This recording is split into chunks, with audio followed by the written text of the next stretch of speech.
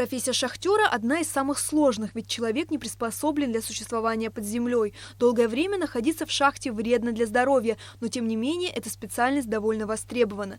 В Абхазии промышленным центром в советское время был город Тхуарчал. Ветеран труда Мигон Ачкадуа проработал в тхуарчалских шахтах несколько десятков лет.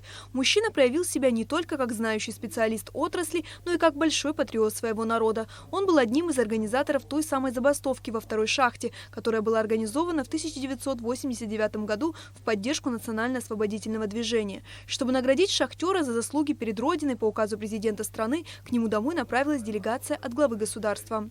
Наградить Чкадуа Мигону Чаковича орденом Ак-Запша 3-й степени.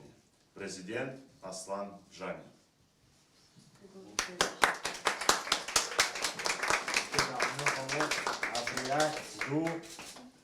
Аджаба коюш бахевзиги абсназыхан ихашто зыхана табубха шаххот харге президент их залаги. Поздравить Мигону Чаковича с наступающим днем шахтера приехал и глава администрации Тхуарчалского района. Память о подвигах наших старших соотечественников должна передаваться через поколения, отметил Исидор Дочия. В 70-е годы я был молодым парнем. Я помню, когда Мигона Чкадуа организовал подземную забастовку, и мы приезжали туда. Это означало, что мы живем в том мире, где нас нужно было всегда себя проявлять, и чтобы с нами считались. Никто не знал тогда, чем это закончится. Вы помните, Советский Союз был огромный, впервые это организовать. Это очень было смело, сложно. И того Педудзен. Спасибо вам большое. Мигон Ачкадуа родился в селе Пакуащ Ачимчирского района. После окончания школы пошел в армию и сразу после службы поступил на работу в одну из тхуарчалских шахт.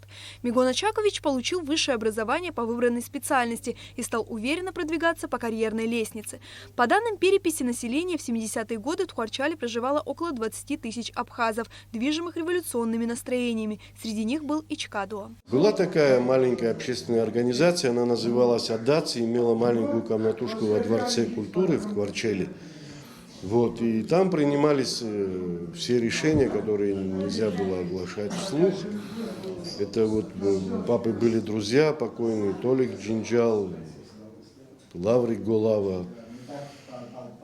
Люди с революционным духом, с патриотическим мышлением, которые не знали, что такое страх, даже в то сложное советское время. Было принято решение организовать подземную забастовку. Подземная забастовка не была спонтанным решением. В то время в республике уже нарастала волна противостояния грузинскому шовинизму. Вовсю шли аресты абхазских активистов. Организаторы голодовки в шахте под номером 2 совершили акт неповиновения, который не имел примеров в современной истории. Среди других требований, которые объявили шахтеры, самым важным было условие о полном отстранении от расследования июльских событий 1989 года в Абхазии прокуратуры Грузинской ССР и прокуратуры Абхазской ССР с тем, чтобы передать дело на рассмотрение в прокуратуру СССР. Мигон Ачкадуа и его друзья до последнего стояли на своем. Как все происходило на самом деле, вспоминает спустя много лет бывший начальник той самой шахты. Утро началось, как обычно, я уже наряды отпустили. Что такое наряды? Это утром дают всем шахтерам задание.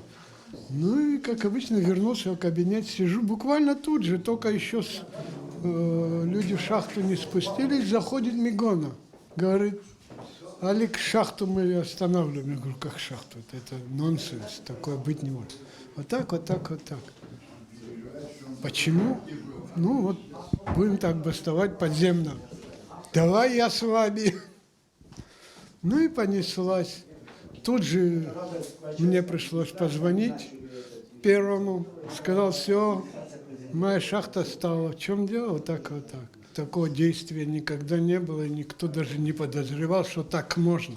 Во-первых, это под землей, глубоко, там же смену отработаешь, 2 отработаешь, и то уже как-то себя не очень уютно. А засесть на неопределенное время, это как космонавты. Рабочая смена шахтера длится 6 часов, после чего специалист в обязательном порядке должен подняться на поверхность и отдохнуть. Наши шахтеры находились под землей ровно 12 дней и закончили свою бесстрашную акцию только по просьбе Владислава Ардзенба.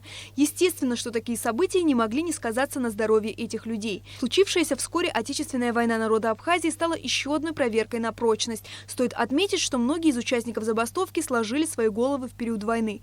Значительно усугубилось и здоровье Мигоны Чкадо. В этом году шахтеру исполнится 80 лет. Герой своего времени встречает юбилей в кругу детей и внуков, которые с благодарностью относятся к его подвигам во имя абхазского народа. Амелия Бисмарк, Томас Чиковани для событий недели.